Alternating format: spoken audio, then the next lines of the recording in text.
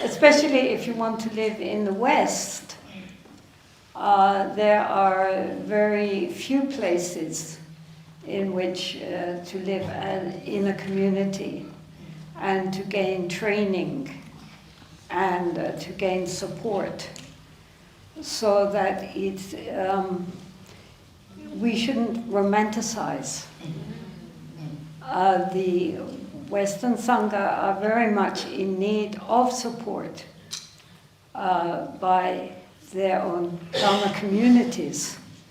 And normally they do not receive this. They do not receive support from their lamas. They do not receive support from their organizations. So basically, there is no support. So when people say, I want to become a nun, my first question, which is unbelievable to have to ask it, is how are you going to support yourself financially?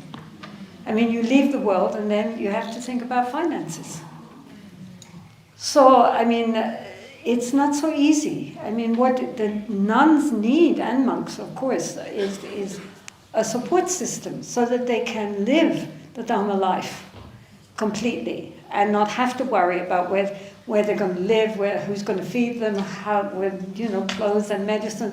All these requisites which the Buddha recommended should be supplied to the monastic Sangha by the lay followers. Normally nowadays they are not. They should be, and we would like to see it happening. So, but this is a responsibility of Dharma centers also to help with the support of their monastic Sangha, which normally they don't do. So, you know, there are very few places for monastics, Western monastics, to go to gain a proper training and to live together as a community. I mean, Chenrezig is one, but, you know, there are also problems. And an appreciation. You know, the Buddha himself talked always about the Fourfold Sangha and how important the Fourfold Sangha is. The Fourfold Sangha, the Fourfold community are fully ordained monks, nuns, laymen, laywomen, that everybody should have a role to play and that they should all help each other and support each other. So in traditional Buddhist countries, the lay people support the monastic Sangha with all their needs. You know, they create monasteries and they make offerings for their food, their medicines, and they donate robes.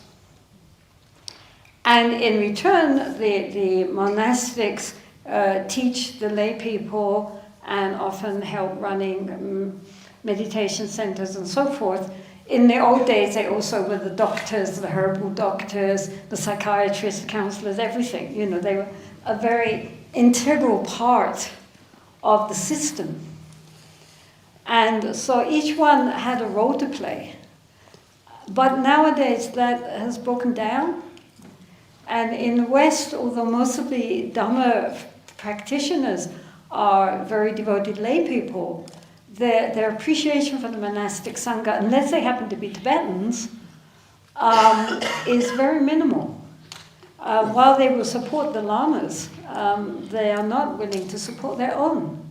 So in fact, this is the first time in Buddhist history where the monastics are not actually supported by their own lay people, especially in the Tibetan tradition, because in the Tibetan tradition, everybody is encouraged to donate to monasteries back in India and Nepal, and are not encouraged to look at their own native Sangha, their own monks and nuns, and think about their needs and what they need and how they can be supported, in order that as they develop, they can then again give back to their own community in a language which is native to them. You know, I mean, most Tibetan lamas come here and don't even speak English.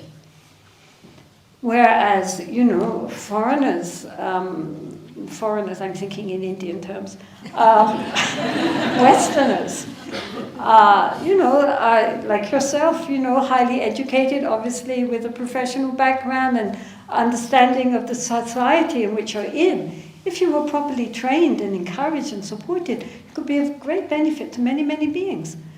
But this hardly happens. And so this is what we need, is that, you know, to encourage people to support their own Sangha and to, you know, not overlook us for the sake of just looking at what the Tibetans, because actually the Tibetans are doing fine. The people who are not doing fine are the Western Sangha.